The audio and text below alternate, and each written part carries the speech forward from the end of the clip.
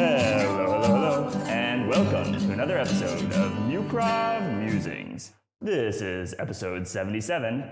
I'm one of your hosts, Hal Munger, and I'm your only host today because this is the 5th episode of the Hal's Adventure series. I'm at the Liverpool Improvisation Festival where I'm performing in a show called Taxi Tales, and this is going to be many little snippets of interviews from members of the Taxi Tales ensemble. Our first guest today is Josie. Hello, thank you for having me, Hal. Hi, Josie. I was wondering if you could give us a rundown on what the Taxi Tales show is. Taxi Tales is about one night on the town, and we see the different characters in the back of a taxi. So it's a fictional city, we don't know exactly where it is, and we're seeing different snippets of different people's stories and lives. And it can be heartbreaking, it can be beautiful, can be really funny. And it's directed by your man, Mark Smith. And it's just been so much fun to get into the rehearsals and really looking forward to watching the first set of performers in the show tonight. Yeah, you have a special role in this show. What is that role? I am a driver. I will be driving my own taxi cab around the city. And how does being a driver differ from being a passenger in the Taxi Tales show? The driver has a steering wheel. A real steering wheel, right? It's pretty realistic, I would say.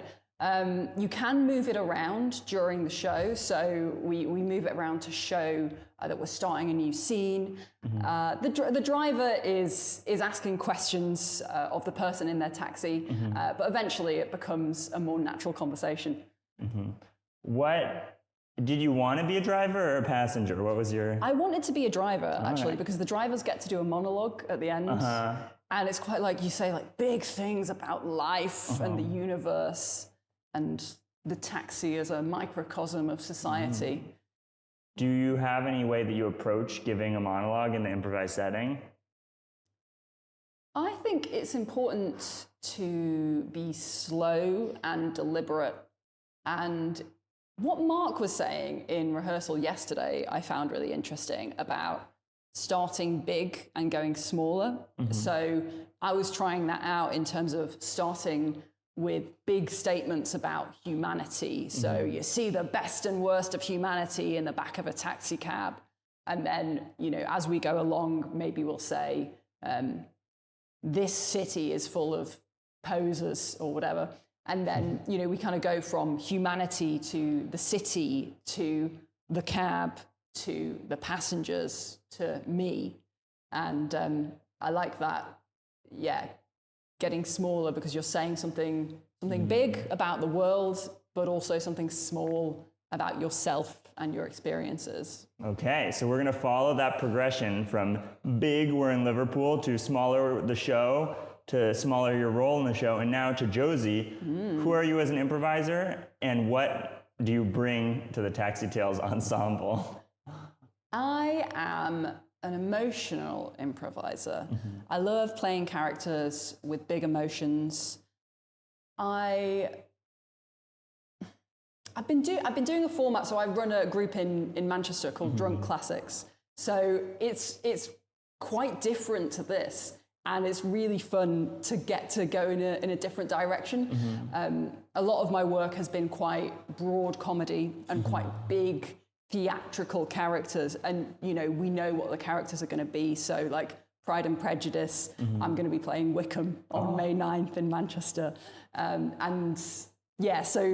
that tends to be quite big. So it's really fun to do things like this where I'm getting the opportunity to be a lot smaller and more deliberate. Yeah, so I'd say I'm an emotional improviser and I like long form and character. Yeah, it's very nice to have a format like this where the scenes are very short, but the ultimate thing is one cohesive picture. So you're not trying to have that chaotic energy of every character being a total...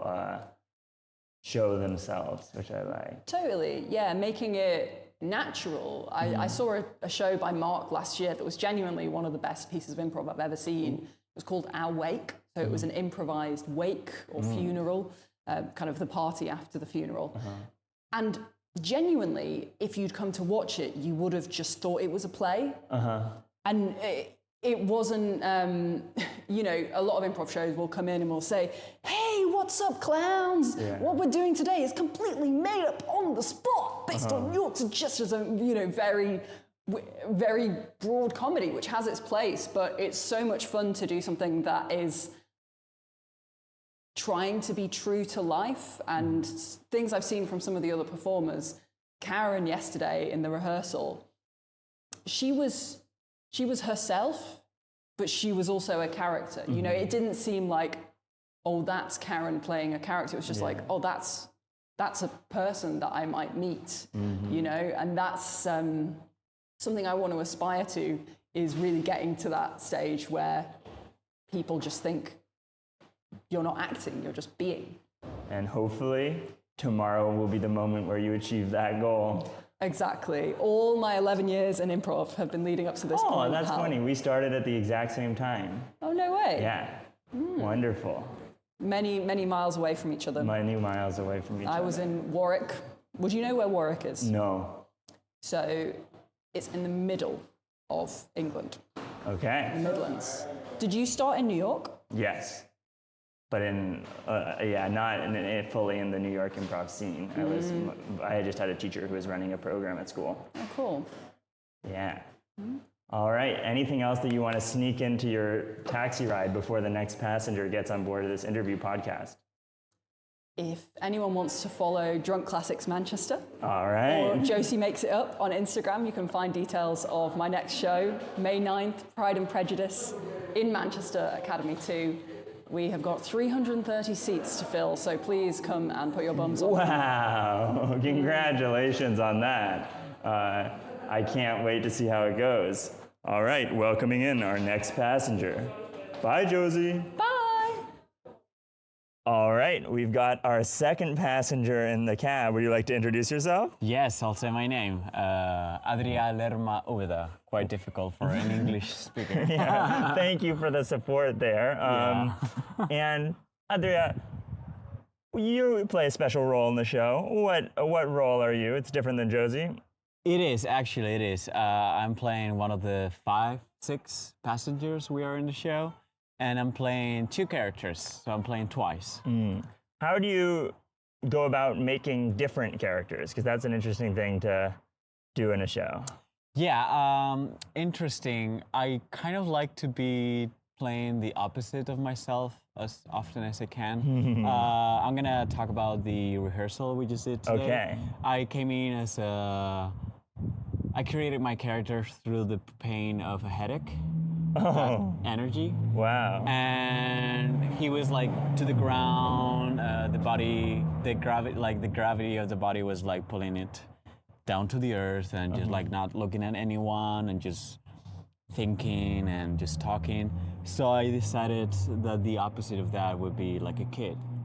I wanted to do a different voice. Also, I saw a lot of people doing kind of like more grounded characters or more people their age. And then I decided to just go ahead and do something kind of different, and instead of more thoughtful from the first character, maybe a little bit more emotional, because this character was going to see their mom and had an issue with their dad. So I came about that. I kept myself into mind. I kind of want to keep in mind the whole people and the show and how it's going. And if the show is very fast, maybe I'll go slow. But today I was just focusing on myself. Yeah. How do you tell what a show needs? Is it always just that it needs something different from what has previously gone, or how? I think you feel it somehow. I do not always feel it, but sometimes you look at the audience. We don't get to do that in this show, but you have a feeling, or maybe if you see a pattern, like, oh, there's 3 people doing the same kind of character, so maybe not do something too opposite, but just something a little bit different. This is a very talky show, so you could also change it up with, not maybe in this show, but different improv shows. If you see a lot of people talking, maybe you come in as a character that doesn't really talk a lot, or maybe does object work. So I think that's kind of nice. And also every show has kind of like a structure, like you want to start in a high point in a way, Mm-hmm. and then finish in a high point in a way. And then through the show, you don't want to keep the audience always to like a climax kind of point of the show. So you need to like slow down, and there's like peaks and valleys. So you just want to make sure that people just go through the flow with you. So I think that's nice. I don't know if you could do it as math per se, like you can actually calculate it. I don't know if people do that, but you get a sense like, oh, this has been too long. The more improv you do, the more uncomfortable you are. And if you're uncomfortable, like, oh, this is too long, the audience will be uncomfortable too. So you connect, you sync more with everyone. Well, what improv have you done outside of LIF? How did you wind up in this ensemble, and how is it different from the type of improv we're doing today? So I started doing improv 5.5 years ago. I've been performing 3 years and a half ago. I'm from Spain. I'm based in Valencia. I have nowadays four improv groups. One of them is comedy in Spanish. The other one is comedy in English. Then I have one that is more of like dramatic kind of improv, like more Meisner. And then the other one is musical improv. But I don't really sing because I'm not that great. Wait, I thought you were in a musical. I am in a musical. That doesn't mean I'm great. But yeah, I barely sing. It's like maybe I sing 4 minutes the whole show. I'm just doing backup vocals or stuff like that. Background vocals, yes. But I do kind of more like physical stuff in that improv show because he sings about things happening and I do the actions. I don't talk, so I'm more of a clown. So I started doing festivals 2 years ago, and I've been trying to do like mixers because I want to have experience on stage and performing with people and trying to be more comfortable with performing in front of people that do not know you from a different country. And it's kind of like an interesting experience to be performing in your own town or city and then going somewhere else and feeling like, oh, I am good at improvising. Like I listen, people have fun with me, which is nice. So having that experience and learning from different people, it's always amazing. And I started kind of applying to every festival that I could with my improv groups, also as a teacher. Didn't happen yet, but it will, hopefully. And this is different in the case of other improv show or things that I do because I'm more of a physical performer, like you were today with Paul. Like that's kind of my style of improv. I sometimes do not talk a lot. Also, English is not my first language, nor my second. It's my third. Wow. Yeah, so I'm very intimidated by. It's hard for me because I learned my English from USA, so I understand you perfectly. But someone here with a very strong British accent, I'm always going like, "What? What was that? What was that?" So I feel intimidated. So I usually like to do object work, move around. This show is just sit down and talk. Which is it was uncomfortable for me yesterday in a way where it was a challenge. I was out of my comfort zone, but today I felt safe and I felt playful and it was nice. Yeah. How do you go about, in a new environment like a festival, how do you go about finding that warmth inside yourself and making you play in the way you naturally do? It's kind of hard. I think it depends on my mood lately. I think lately I've been very in my head and also very occupied with things that have been happening in my life. So I've been kind of shy, not really talking a lot. When I'm more energized, I try to just talk to people and connect. I am the type of person that doesn't really like small talk. So I like to just deeply connect with people. So sometimes, I haven't done it this festival, but I've done it at other festivals where I just go to someone that maybe I met in a workshop and I just start a question like, are you happy? Or what's something you've learned in your life that you could teach me? And I kind of like those type of connections that makes me feel more like myself. And also, like you pointed out before, I like humming or maybe singing or clapping in rhythmic way. So yeah, that kind of grounds me. Yeah, that grounded me too. I was feeling very nervous on the first day, and your energy sort of brightened and relaxed me. Yeah. I felt very supported. And honestly, what you're saying about these little conversations is kind of exactly what you're doing in the show. Yeah, it is. It is. It's funny. We try to be playing like we would be in real life, but then when we get to play that, we get nervous. But when we do that in real life, we don't. Like, I'm not nervous right now, but if you told me, no, this is in front of 70 people and it's part of a show, I would be like, ooh, okay, I have to think about it. But now I'm not really thinking about it. That's wonderful. Yeah, I would be very surprised if this got listened to by 70 people. We're a very small show. Or maybe one person. Yeah, they listen to it 70 times. I think that's more of our audience. Yes. Maybe I will listen to it 70 times while editing. Should I say hello, Hall's mom or? Yeah, that's wonderful. We'll get to test if she's listening. Shoot me a text. All right. Thank you so much for coming on. And but this taxi ride is slowing down, and we're about to have our next passenger. All right, next passenger, please. All right, we've got our next passenger in the taxi that is Muprov Musings. Welcome to the podcast, Samuel Pownall. Well, thank you so much for having me, Hal. Sam, you are returning to Liverpool after a long time. What is it like to triumphantly be back on the stage of the Liverpool Improvisation Festival? Yeah, it's wild, really. I was just talking to you and Adrià about it, that it's a strange feeling being back after 10 years. I didn't get into improv until I was 30 years old. So that version of myself feels very different. A young man riddled with anxiety, trying to find their way in the world, not very present. So really it's like experiencing the city new again. And how have you found that presence in improvisation? That's really interesting.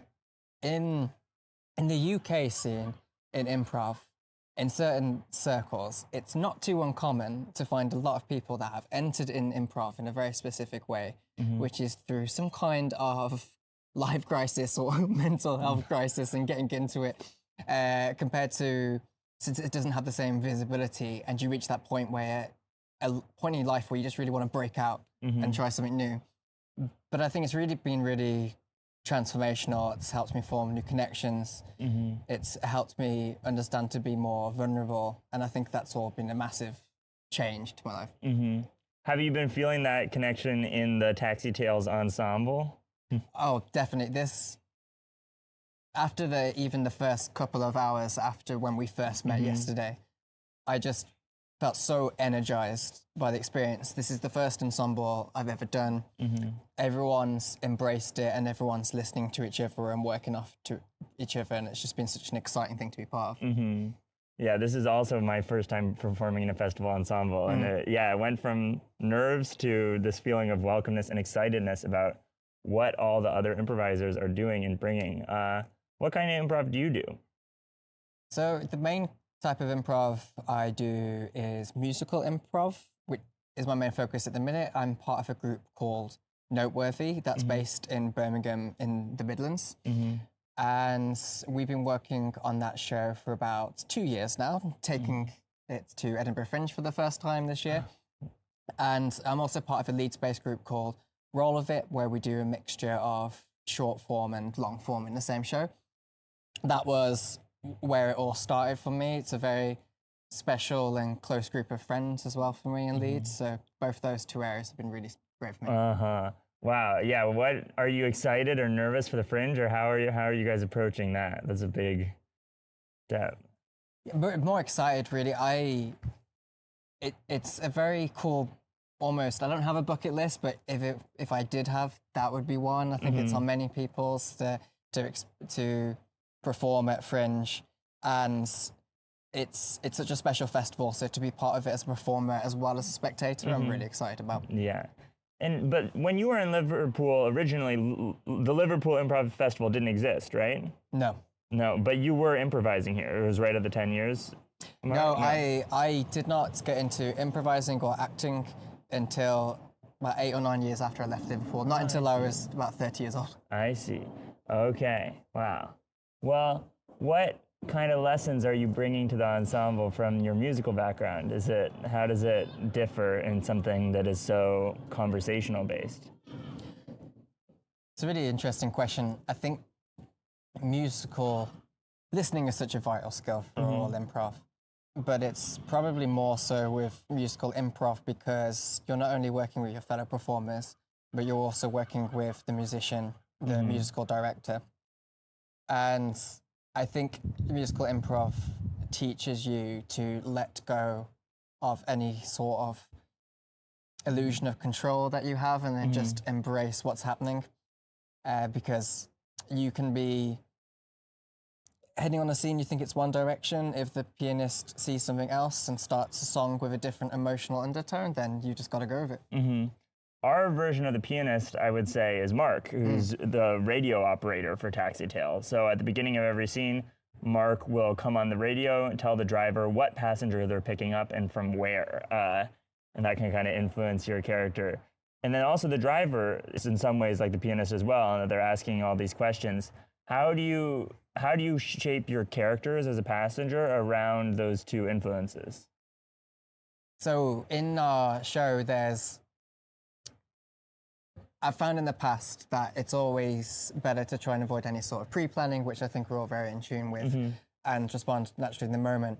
And there's two key things. So Mark introduces us with a name, and you just wait to see what kind of, feeling that strikes within you. But I think what I've been doing, and which I like because it still gives me a lot of freedom, is that when it comes to my turn, about one to go, I might preload an emotion. I might just pick a random emotion that I feel in that moment. And I like doing that because it gives me 10 or 15 seconds to really get into an emotion and then go into the scene, but then just see what happens. Yeah, the very first thing you did when you got in the cab the second time was really memorable, where you seemed surprised by, it was as if you'd been in the cab for the first time, which was a delightful emotional reaction that I loved. So did you just come on with like delight or surprise or? No, that was exactly it. I decided to walk on and decide that this was the first time I'd ever been in the cab. Because we were in the rehearsal space as well, I still wanted to do something grounded, but I thought we'd have a bit more freedom rehearsal to be a bit sillier. So yeah, that was just it. And then what I really enjoyed about doing that scene with David is that you just start with that. He mentioned, I think, something about the courts. So I just added on by saying, yeah, I'm going to prison. And then it all goes from Then it all goes from there. Yeah, and it really fit with kind of who your character was, that you were mostly this unrelatable rich asshole, but then there was this element of like, your dad is in prison. Like, clearly you had the wrong influences in your life. I've actually got I have a reputation in a few of my improv groups for playing the asshole or turning a character that seems redeemable into someone that's fairly irredeemable towards the end of a show, which I enjoy doing. Yeah. So you like to play the villain in general? I do. I really do. I think it's just so much fun to embrace the dark side without going too far and just trying to explore parts of your personality that simply couldn't exist in a well-functioning society. I was wondering, Mark was saying that he does Taxi Tales in real life, where he just gets into a cab into a character. Do you ever do that, where you play characters in real life? Absolutely. It really freaks some of my friends out. A recent example was we were driving into a place called Herod House near Leeds, which is a mansion that you visit as a tourist. And for some reason, I don't know why, a woman, I think she saw something in the back seat at the reception area as we were driving in, and she said something about, oh, you've got a break from the kids. And I just launched into, as someone that doesn't have kids, I just launched into a story about how it was nice to relax from the day. They're with their mom, their grandma, and just talked a little bit about them. And after we went through, my friend was like, what is wrong with you? But if someone gives me the opportunity to do that, and importantly, I don't think it's not going to hurt the other person, then yeah. It's all practice. That's very funny. Okay. I would love to know what your favorite memory is so far from the Liverpool Improvisational Festival, or what you're taking away. I think my favorite memory is when we started to working on the blocking of, and that's before we got into any scenes or anything, and we started to work out what the structure would be like when we come onto the stage to the music, and just seeing how well thought out that was. And then when we sat down and watched the Saturday group, your group, go up and do it, that was when that excitement started to bubble up. And when I saw that we're doing a really cool concept that's, no matter what happens on the show, is going to be memorable. How does that blocking work? Have you ever been in an improv show before with this kind of detailed blocking? Yeah, I've been in a couple with a set structure behind them where there is blocking. And what's been really nice about this is that we've had a couple of days to work on that. Previously in the past, I've guested on shows where you get taken aside, you've seen it, you're taken aside, and they say, this is how it's going to work. And then in the improv show itself, it feels like you're just trying to hang on for dear life because you're trying to remember what how the structure of the show works while trying to improvise. Yeah. But for this, I feel very supported. Like, I know where I have to be, when I have to move. And in those final monologues also, we have the special blocking where every time one of the drivers says a line of their monologue, everyone else takes one nice move. So they walk 2 steps forward and 1 to the side. And it creates this really nice choreographed effect in a way that I haven't really seen before in improvisation. So that's an epic thing. Yeah, absolutely. Are you going to take anything that you've learned from Mark forward into your future improv, or what do you think that would be? I think the main thing is that I've been dying to do this sort of improv for years and not taking any action, which is taking a really grounded approach. And I think setting up a structure to enable that specifically is a really good idea, rather than simply trying to take typical types of comedic improv that we do and then making that really grounded. Because actually, what we like to call in some of our groups following the fun and just getting really silly is also such a wonderful part of improv. But creating a separate space to doing this and seeing that, we'll see how the shows go, but seeing that Mark's created something that I think has really pulled it off is what I take away. Oh, wonderful. That is a good takeaway. And I think that's the takeaway for this little taxi ride. Thank you so much for riding in the Muprov Musings cab, Sam. And we'll be back soon with our next passenger. Thanks, Hal. All right, we've got our next passenger in the car. This is Anthony Saldana, fresh off an amazing show of the first night of Taxi Tales. How are you feeling? I'm feeling great. I'm feeling great. This was a great show. It was a great crowd. I've wanted to do this for a number of years now, and I'm really happy with it. You were working that audience. They were having a lovely time, and you were the first passenger. Was that intentional, or was that? Yes. Yeah. I wanted to set the tone for the show, and I figured if I couldn't be the first, if I couldn't be the taxi driver, I might as well be the first one out to just experience it. And was Anthony, for the listener, was making a lot of local references, which is bold for someone who's coming over from the United States. Was that intentional, or were those genuine words? It was, for those of you listening that did not see were not in the audience. Yeah. Jen knew that I was from New York, and she knew I didn't have an accent, and set me up.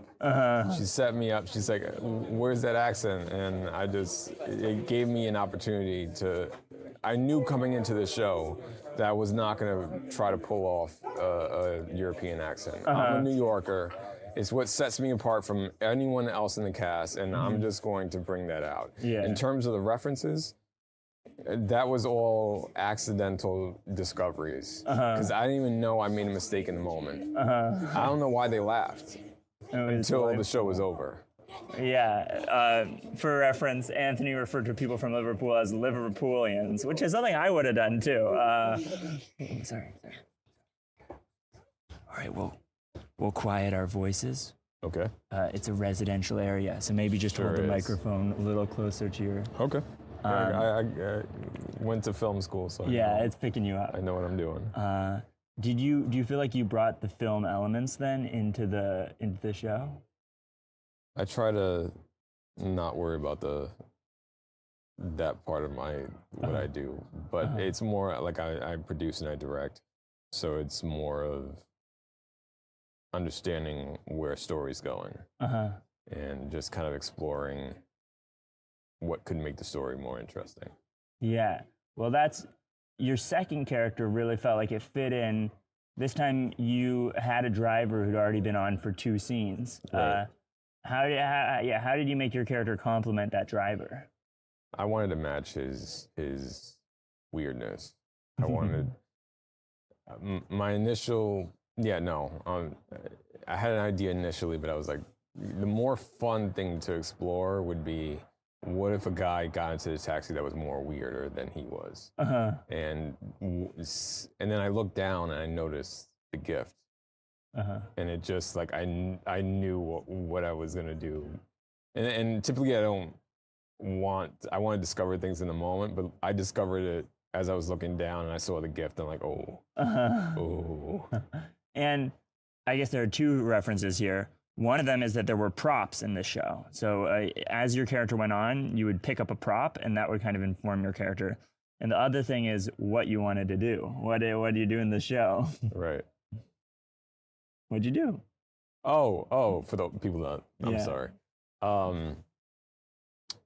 I basically came in with the same tone as him, almost as if we were long lost brothers, and would discover how we're related.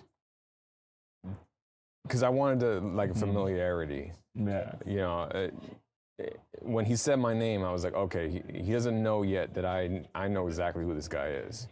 And it actually turned out that I'm basically like stalking him. You'd taken countless cabs to wind up in his. To wind up in his that night. And it ended up having this kind of nice, the character who followed you also arced out. So you kind of had this passionate love thing with him, and then the next character also had a passionate I wouldn't love say thing. passionate, I'd say obsessional. Obsessional, yeah. And I gave him a gift of take me to the fucking alley. Yeah. And they Like, met up there, had a little tryst in the alley. and- Take me to an alley. He's like, you go to an alley often? Every day. Take me to an alley. Yeah, that was delightful. Aw, it was a really fun show. Yeah. How does it feel now? It's emotional.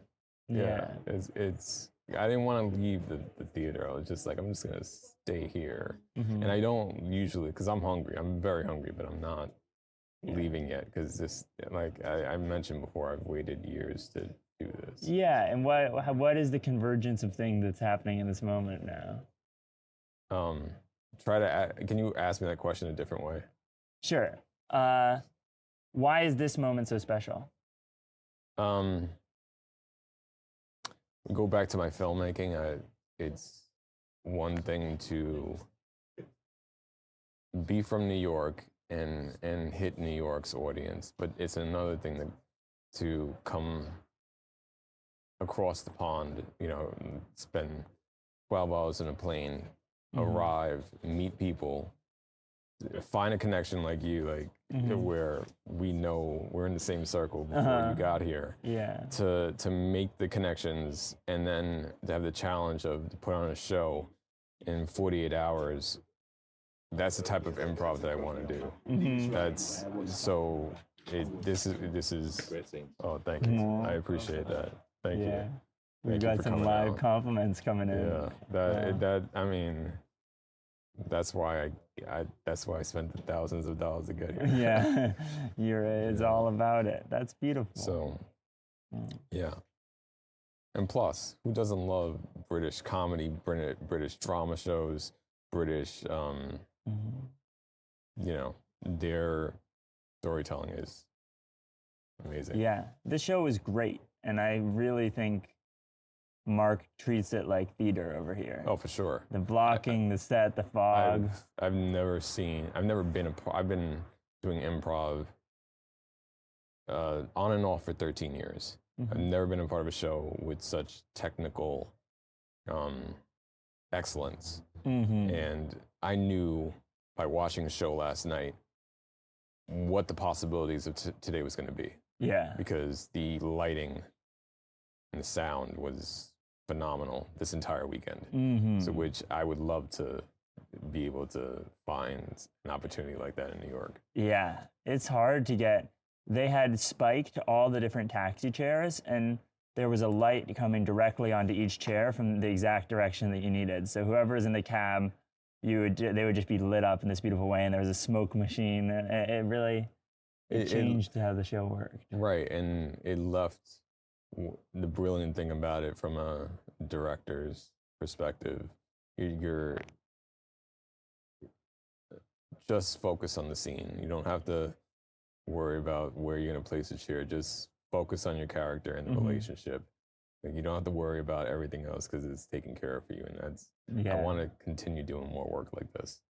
Yeah. Well, what's your next? I gotta sneak this in before we go. What's your next big project? Please do. I'm so inspired by this that I have gone to the Pit, which is in New York City, and I've basically asked them, hey, I want to do a workshop and produce a show in the same day.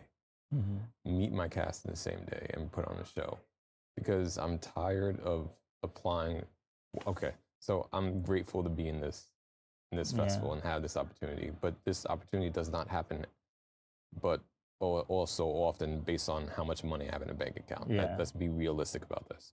So my next project is called Shotgun Theater, which takes the basic concept of what we did this weekend. And the Pit has given me 3 dates to experiment with this. That's wonderful. The first show is May 3rd. The second show is August 2nd. And the third show is all the way in November, on November 2nd. Wow. So they gave me a 3-show deal all throughout the year. Beautiful. So yeah. And you have time to prepare. So I know Shotgun isn't exactly a prepared thing, but you want to explain what Shotgun Theater is? And then Sure. So concept is I'm the only cast member that's on that is committed for all 3 shows.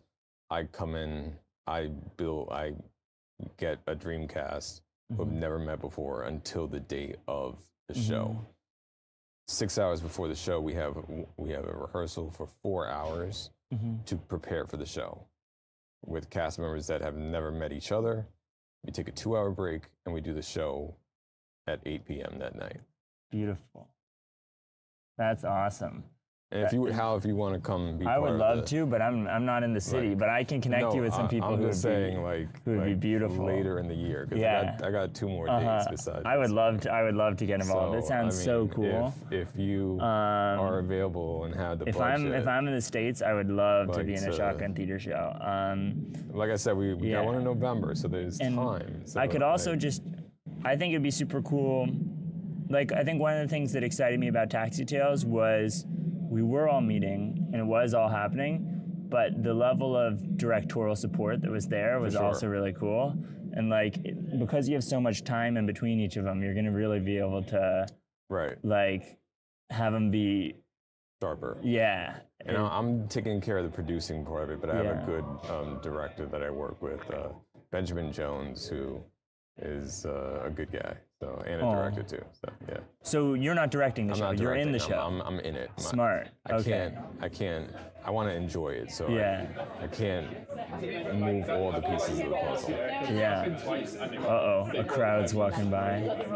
It's a Friday night. So Friday night. It's a Friday night in Liverpool. It's the show is next Friday, right? It is next. They give me the best night of the week, Saturday night at 8 p.m. Saturday night at 8 p.m. And this is going to come out on Monday. So theoretically, you could actually, if you're listening to this, go see a Shotgun Theater show this week in New York. I know we don't have many listeners, but I would go do it. Okay. Because you've got Impromptu, who's an amazing team from Florida, flying in for it. Yeah. The pressure's high. The pressure's high. Yeah. The shotgun's loaded. That's why I called it that. Yeah. There's no better metaphor. Yeah. All right. Well, thank you for this little cab ride, and on to the next passenger. We've got an extremely talented improviser all the way from San Francisco. It's Diana Brown. Hello, Hal. So Diana, I got to put this into the episode. 1 month from now, people in New York could actually meet you at the Unscripted Shakespeare Festival. And I look forward to that. I hope they will come. Improvising in the style of Shakespeare is a huge joy in my life, and I'm thrilled to be a part of your festival. Yeah, that workshop just went live. It's 9 hours. It's going to have a showcase. It's going to be fantastic. But who are you, and what kind of improv do you like to do? Hello. Well, I am a grateful human being, and much love to all the beautiful humans out there. I love character-based narrative. I love genre. I love absurdism. I'm taking a new toe dip into absurdism lately, though that is not what we will be doing at your fabulous festival. What is the toe dip that you're taking into absurdism?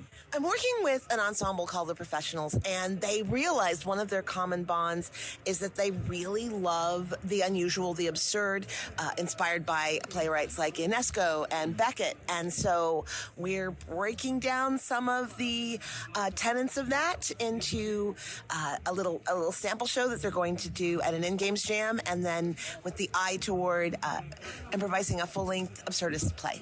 Ooh, beautiful. That sounds really fun. Did you bring any elements of that into your Taxi Tales characters, or do you think they were very grounded in... Well, I think they were relatively grounded, less absurdist, although I was very happy that they were each very different. Yeah. That was a goal that I had. And I loved the direction Mark gave us to have place our attention very gently and yet very clearly on the person that just came before us, so that we are varying that energy and pace of our characters. So I was really blessed to have those that came ahead of me doing something that was inspired me to go in a completely different direction. Could you give an example of that? Do you remember any of the people who came right before you, what they did, and how you were able to find the negative space of that? I think the first one was very grounded and very thoughtful, and so my first character came out very exuberant and ebullient and excited, and then I was able to come in and be very forthright and down home in my second character, because it was greatly different the one that came ahead of me. That's nice. You also did a lot of play with your voice. Voice and energy were two things that I really noticed. Is that a big focus for you? I do think I do lean into pace and voice and vocal quality. I think we tell so much by our tone. There's a big difference between saying, "I am so happy to see you," and "I'm so happy to see you." Mm-hmm. So I have fun with that. Mm. Is there anything from Taxi Tales that you're going to be taking on to your next improv adventures? Well, the thing that blew me away is that Mark is so generous, and he's like, take this home and work with it and play with it. So I'm very excited to take the form home and share it with some improvisers that I think would really lean into this style of play. I think one of the things I took away is his approach is incredibly specific, scaffolding the class to lead you from insight to insight, and being very specific about the goals while being so nurturing and kind.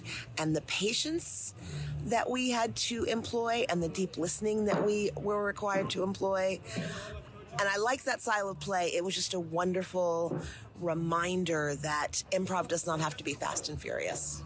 Yeah, that was very true. And it was quick. Like there were short scenes, but yeah, each of the scenes, like any sliver of the scene is not like things are moving super fast.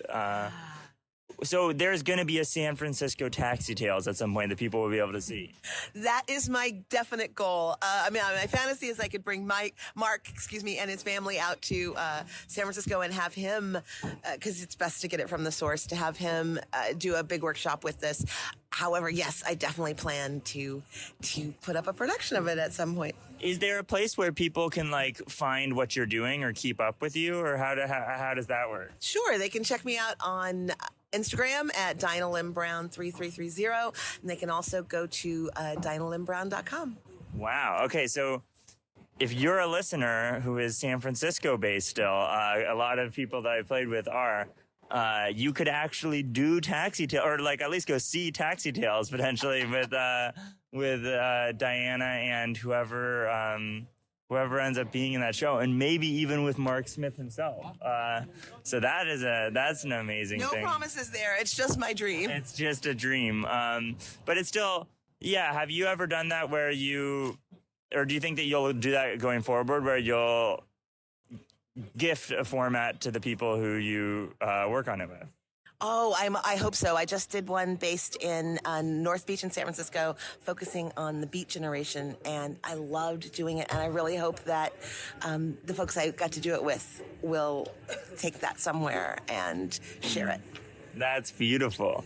What do you have any improv gifts? Like, if you were going to share a little improv thing with the world, what was your favorite, like, either exercise or quote or mindset or? I would say to everyone, remember that you are infinitely fascinating, because we all are. Each person, you're the only ingredient like that we have. So share your voice. Yeah. Do you tend to think that people should bring more of themselves to the play, or more of like try to get a bunch of characters who are different from themselves? I think that everything we do comes through the filter of who we are. So whatever style you like to play in, whether it's fantastical or really grounded, you're still part of it. So the more you honor that self and allow yourself to be open, the more genuine you're going to be. We just had a workshop with the amazing oh goodness, my brain is freezing. Neil from Improv Fest Ireland. Yeah. Please remind me of his last name I don't know now. Neil's last name. That's hilarious. Yeah. But anyone who knows Improv Fest Ireland knows. Well, maybe Curran? Yes, Neil Curran. Thank Right. you. I had a huge brain fart there. But he was reminding us. I took his +1 workshop. He does a show where he improvises with an audience member, and he reminded us that openness and bringing our truth and playing our emotional truth and vulnerability is everything. So I'm walking out of his workshop today.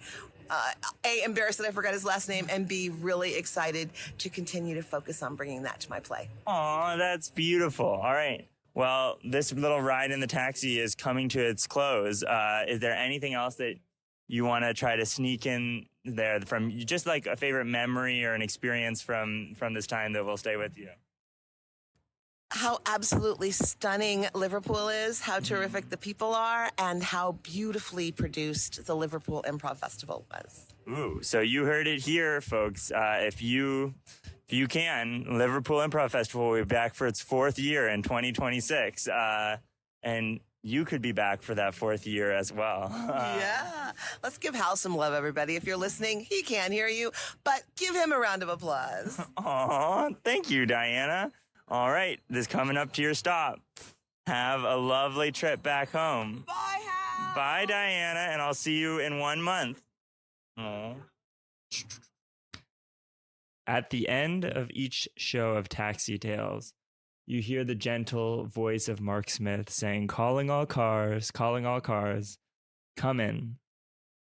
The characters rise from their seats for what you think is a bow, but then comes a series of monologues from the drivers. All 3 drivers give monologues at the same time, picking up on themes from the end of each driver's line. In the taxi that is Muprov Musings, for this Hal's Adventure episode, our driver, Julian Bernardo, isn't here. So it's going to be a lonely reflection, a lonely existence. But I'm going to give it my best shot.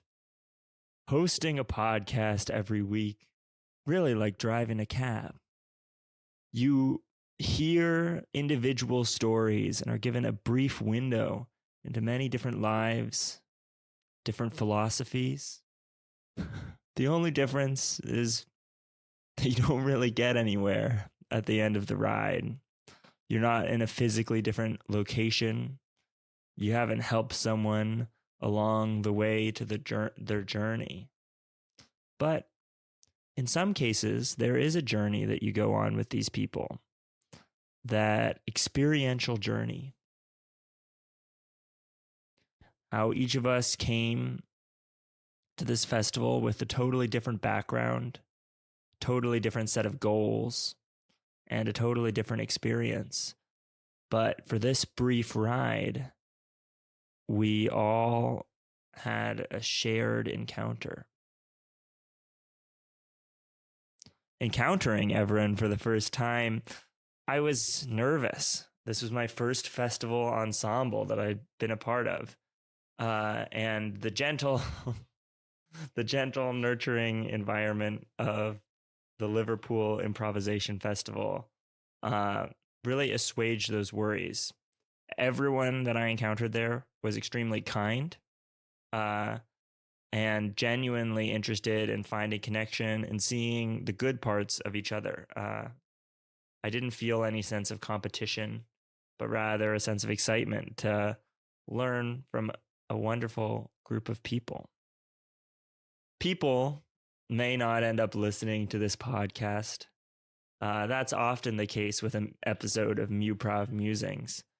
But I think that what is assured is the same thing that you have in a taxi ride, that at the very least, you and your conversation partner are being listened to.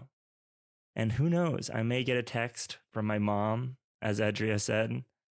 I may be able to share this with the other members of Taxi Tales who weren't able to get into the car. And perhaps next year, I'll be back at the Liverpool Improvisation Festival, and I'll be able to add those voices to the conversation too. Conversations are really the way that brains connect. Each of us is like a neuron in a giant brain that is the human experience. And a festival like this brings things together. You take the firing of two central synapses, Mark and Jen, who have the initial idea, and through all their connections, they're able to bring to life a full-fledged thought. I'm so grateful to see that thought in action. Experiencing this festival will certainly change the way that I run the festival that I run. It will certainly change the way that I approach future festivals. Working with Mark will change the way that I approach directing. Mark directs improv as though he's directing theater in the detailed way. So in terms of precision, artistic craft, blocking, attention to detail, those are all theatrical. But he directs it improvisationally in the human way, in the way that prioritizes the experience of the people involved, the process, the joy, and the connection. That you are facilitating a show for the audience and respecting that in the utmost, but that you are also doing something to create joy. And there was no point at all in the process where that didn't feel at the forefront, that each of us was taken care of, and that it really felt like that experience was the priority. That the aim of the festival was to grow and nurture all of us as artists, to bring connections between people, and to send that ripple out into the broader world of improvisation. I tried scouse for the first time. It was very delicious. I wouldn't have done that if I had been at an improvisation festival in any other city. Saw a large cathedral and a train station. A lot of the taxi drivers in our show were not very optimistic, but there were a few, like Tanya Taxi, who really who really just loved their job, who loved going on rides, having the conversation, and who left feeling really fulfilled by what they were doing. And as I get out of my Muprov Musings taxi cab and go back into the world of normal episodes, the sweet voice of Julian Bernardo enters back into my ear, and the winding approach to talking about a new play powers back on for its final few episodes. I'm gonna try to take this energy with me to spend each episode imagining that I'm in a taxi cab, that I have 1 hour long journey to find some connection. Really, well, as great as destinations are, when you're on the journey, to embrace that journey. That's what Muprov Musings is all about. the most of the joy here is made on the journey of the episode itself, and they're put out into the world. They have a destination, but it's the path to that destination that makes this experience so special. So thank you to Mark, to Jen, to the Liverpool Improvisation Festival, and to the volunteers who made it run, the ensembles that dedicated their time to training to be able to put on those shows, the fellow castmates who traveled or shared their local expertise and their time and energy and love to make such a wonderful communal festival have a fantastic third year. And I can't wait to see where else that Liverpool Improvisation Festival taxi is driving to, and what other passengers will get on for Liverpool Improvisation Festival 2026.